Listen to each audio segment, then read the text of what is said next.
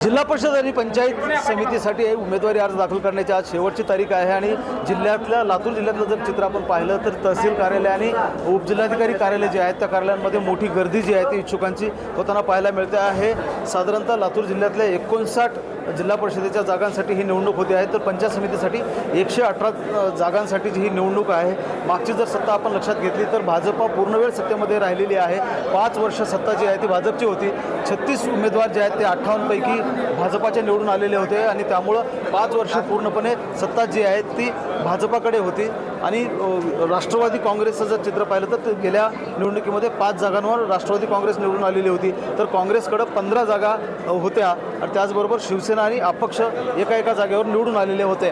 आजचं जर चित्र आपण लक्षात घेतलं तर लातूर जिल्ह्यातल्या वेगवेगळ्या पंचायत समित्यांसाठी स्थानिक कार्यकर्त्यांना युती करण्याचे अधिकार जे आहेत ते देण्यात आलेले आहेत। त्यामुळं तिथल्या राजकारणानुसार किंवा तिथल्या परिस्थितीनुसार जे आहेत ते युती करण्यात आलेली आहे। अहमदपूरमध्ये भाजपा आणि राष्ट्रवादी काँग्रेस जी आहे अजितदादांची ती एकत्रितपणे लढताना आपल्याला पाहायला मिळते आहे। मंत्री बाबासाहेब पाटील जे आहेत यांना मोठा फटका जो आहे तो अहमदपूर नगरपालिकेच्या निवडणुकीमध्ये बसलेला होता, कारण नगराध्यक्ष पदाचा उमेदवार जो आहे तो तिथे भाजपाचा निवडून आलेला होता। त्यामुळं यावेळेला भाजपा आणि राष्ट्रवादीची तिथे युती झालेली आहे। मोठ्या प्रमाणामध्ये अपक्ष जे आहेत ते अहमदपूरमध्ये आपल्याला पाहायला मिळत आहेत, कारण राष्ट्रवादी आणि भाजपकडे जे नाराज इच्छुक आहेत त्यांनी अपक्ष उमेदवारी आपला अर्ज जो आहे तो भरलेला आहे। औसामध्ये एक वेगळं चित्र पाहायला मिळालेलं आहे।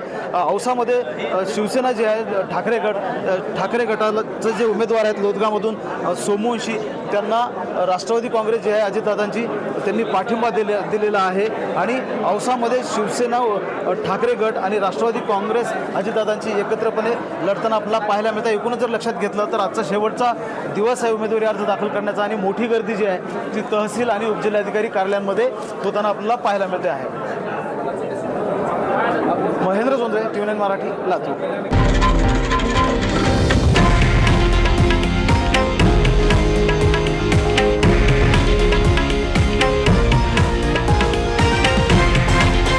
हे आहे देशातील नंबर 1 न्यूज नेटवर्क आणि आपण पाहत आहात TV9 मराठी, एकमेव।